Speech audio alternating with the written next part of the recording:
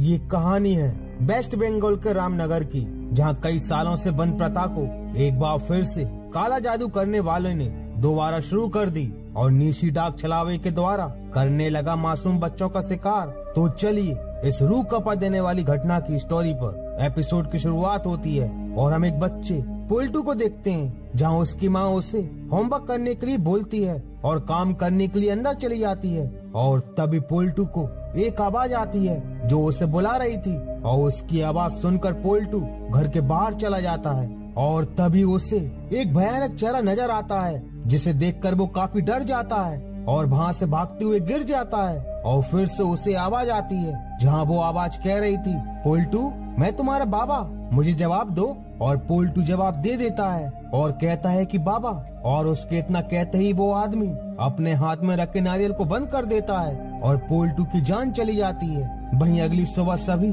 पोल्टू की मौत का मातम मना रहे थे, जहाँ एक बूढ़ी दादी अम्मा कहती हैं कि ये नहीं होना चाहिए था, यहाँ कोई फिर से वो काला जादू करने लगा, इसे जरूर निशी डाक ने बुलाया था और उसी ने इसे मारा। जब किसी को कोई जानलेवा बीमारी हो जाती है और डॉक्टर अपने हाथ खड़े कर देते हैं, तब उनके पास एक ही रास्ता बचता है, काला जादू।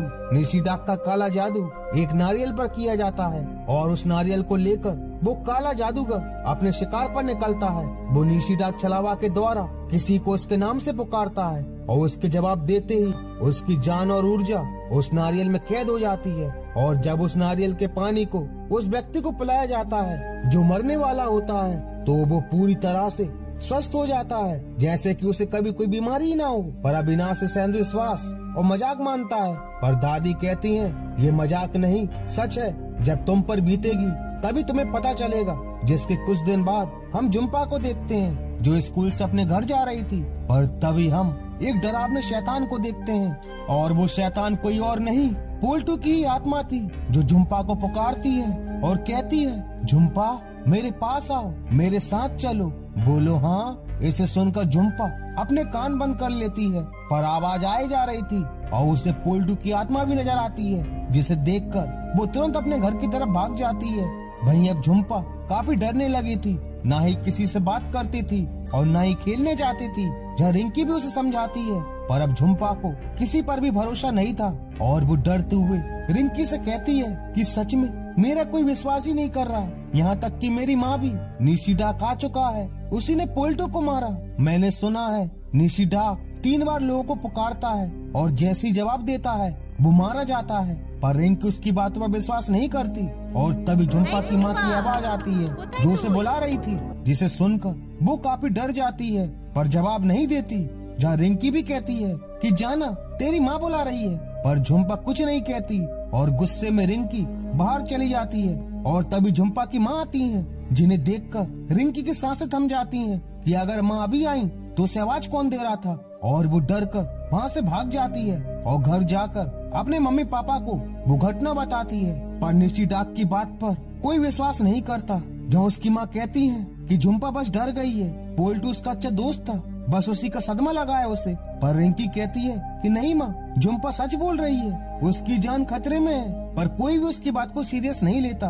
वहीं जुम्पा भी अपनी माँ को आज हुई घटना के बारे में बताती है, पर उसकी माँ उसे डांटती है कि बकवास बंद करो और पढ़ाई पर ध्यान दो। निशी डाक आज आने दो तुम्हारे बाबा को, उनसे तुम्हारी शिकायत करेंगे। पर बाबा का नाम सुनते ही जुम्पा खुश हो जाती है कि आज बाबा आ रहे हैं और उसकी माँ किचन में काम करने के लिए चली जाती है। पर माँ के जाते ही उसके कमरे में अजीब अजीब सी घटनाएं होने लगती हैं, खिलौने अपने आप ही हरकतें करने लगते हैं, तेज तेज हवाएं चलने लगती हैं और तभी उसे पोल्टू की आत्मा नजर आती है और डर कर वो एक कोने में छिप जाती है। पर अभी भी उसे पोल्टू नजर आ रहा था और तभी जुम्पा को अपने बाबा की आवाज आती है जो उसे बुला रहे थे और दरवाजा खोलने के लिए कह रहे थे। और जुम्पा दरवाजा खोलने के लिए जाने लगती है, पर जैसे ही वो अंदर से ही कहती है बाबा, और बाहर खड़ा वो आदमी उस नारियल को बंद कर देता है और इस तरह जुम्पा भी मारी जाती है। उसकी मौत से सभी सदमे में थे और रिंकी के मन में भी वो डर बैठ गया था, जहाँ वो दादी अम्मा कहती हैं कि मेरी बात कोई क्यों नहीं मानता, ये सब वो निशी डाक ही कर रहा है, भाई इन बच्चों की जान ले रहा है और अगर उसे नहीं रोका गया तो अनर्थ हो जाएगा। और अब अविनाश को भी यकीन हो गया था कि ये सब कोई निशी डाक ही कर रहा है और वो दादी अम्मा से कहता है कि आज से ही हम हमारे मोहल्ले में पहरेदारी करेंगे और बाकी उस काले जादू करने वाले को ढूंढेंगे। वहीं अब अविनाश कई सारे लोगों को लेकर पहरेदारी करने लगता है। वहीं अब वो खतरा रिंकी के ऊपर भी मंडराने लगा था और जब वो स्कूल जाने के लिए तैयार हो रही थी कि तभी उसके कमरे की अलमारी का दरवाजा अपने आप ही खुल जाता है और जब रिंकी उसके पास जाती है कि तभी झुम्पा की आत्मा उसका हाथ पकड़ लेती है और कहती है कि रिंकी, तुम मेरे साथ आओगी ना? ये जगह बहुत अच्छी है और तुम्हें पता है यहाँ और कौन है? पोल्टू। जहाँ पोल्टू भी कहता है कि आओगी ना हमारे साथ? बोलो हाँ। पर रिंकी कोई जवाब नहीं देती और उसे झुम्पा की कही गई वो सारी पुरानी बातें याद आती हैं और वो जोर से चिल्लाती है और उसकी आवाज सुनकर रीमा तुरंत उसके पास आ जाती है और दोनों आत्माएं वहाँ से गायब हो जाती हैं, जहाँ रिंकी काफी रोने लगती है। वहीं जब रिंकी अपने स्कूल में होती है तो वहाँ भी उसे दोनों की आत्माएं पेड़ पर बैठी नजर आती हैं और वो डर कर वहाँ से भागती है। वहीं अब रिंकी की तबीयत भी बिगड़ने लगी थी, जहाँ रीमा कहती है कि रिंकी कभी झूठ नहीं बोलती, उसने जो महसूस किया, जो देखा वो सच होगा।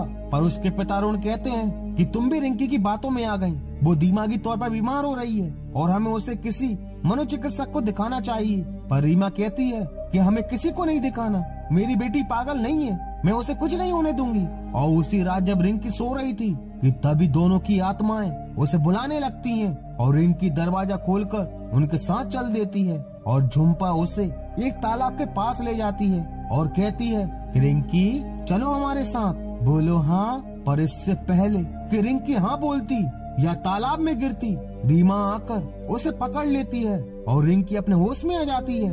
वहीं रीमा अब समझ चुकी थी कि अब मेरी बेटी की जान खतरे में है और वो ये ठान लेती है कि मैं इसका पता लगाकर जरूर रहूंगी। और वो पहुंच जाती है उन्हीं दादी अम्मा के पास और उनसे पूछती है कि हम निशी डाक को कैसे रोक सकते हैं, क्योंकि अब मेरी बेटी की जान को खतरा है। जहाँ वो दादी अम्मा बताती हैं कि निशी डाक को नहीं रोका जा सकता क्योंकि वो तो एक छलावा है, पर उसे रोका जा सकता है जो निशी डाक का इस्तेमाल कर रहा है और इसका पता तुम्हें हॉस्पिटल से ही मिलेगा।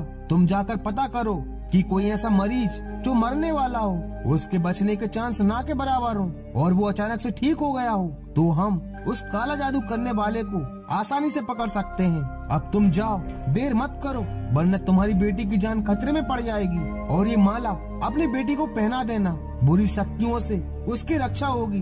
वहीं रीमा सीधा अपनी एक सहेली के पास जाती है जो हॉस्पिटल में काम करती थी और वो उससे पूछती है कि क्या तुमने किसी ऐसे मरीज को देखा जो मरने वाला हो और अचानक से बिल्कुल ठीक हो गया हो। जहाँ वो बताती है कि हाँ, दो मरीज थे जो एकदम से ठीक हो गए, जिसे देखकर हम सभी हैरान थे। रीमा पूछती है कि कोई उनसे मिलने आता था जो उनके परिवार का ना हो और बार बार आता रहा हो। जहाँ वो कहती है कि हाँ आता था और मैं उसे पहचान भी सकती हूँ, कल मैं तुम्हें उसके सीसीटीवी कैमरे से फोटो लाकर देती हूँ। और रीमा अपने घर के लिए निकल जाती है। वहीं रिंकी को अरुण दवाई खिलाकर सुला देता है और कहता है कि बेटा मैं यहीं सो रहा हूँ, किसी भी चीज की जरूरत हो या कहीं जाना हो तो मुझे उठा देना। और उनके सो जाने के बाद दोनों आत्माएं उसे उठाती हैं। वो काफी डर रही थी और अपने पापा को उठाती है, पर वो आत्माएं कहती हैं कि वो नहीं उठेंगे, वो गहरी नींद में सो रहे हैं। अब तुम हमारे साथ चलो, हम तुम्हें लेने आए हैं। बोलो हाँ। और रिंकी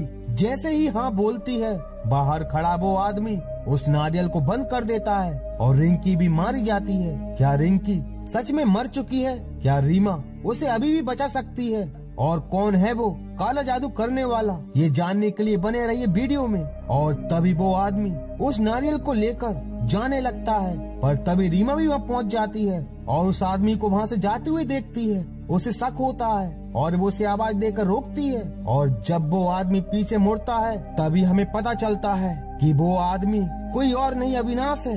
वही काला जादू करता था और उसके हाथ में नारियल भी था। और अविनाश रीमा को मारने लगता है और एक कार में बंद करके जाने लगता है, पर रीमा किसी तरह कांच को तोड़ देती है। पर अविनाश रुकने वाला नहीं था, वो वापस आकर रीमा को बुरी तरह से फेंक देता है, जिससे रीमा घायल हो जाती है। पर तभी रीमा उठकर एक ठेला गाड़ी से अविनाश को टक्कर मारकर गिरा देती है और जैसे ही उसके हाथ से नारियल छूटता है तो रिंकी की जान वापस से उसके शरीर में आ जाती है। रिंकी बच चुकी थी और अरुण भी अपने होश में आ जाता है और रीमा की आवाज सुनकर दोनों बाहर आते हैं, जहां उन्हें सच्चाई का पता चलता है कि ये सब अविनाशी कर रहा था। निशी डाक तो एक आत्मा होती है, एक छलावा होती है जिसे कोई अपने काम के लिए इस्तेमाल करता है। और इसी के साथ निशी डाक एक छलावा इस एपिसोड का दी एंड हो जाता है। तो मिलते हैं एक और रूह कपा देने वाली स्टोरी के साथ। And thank you so much for watching this video.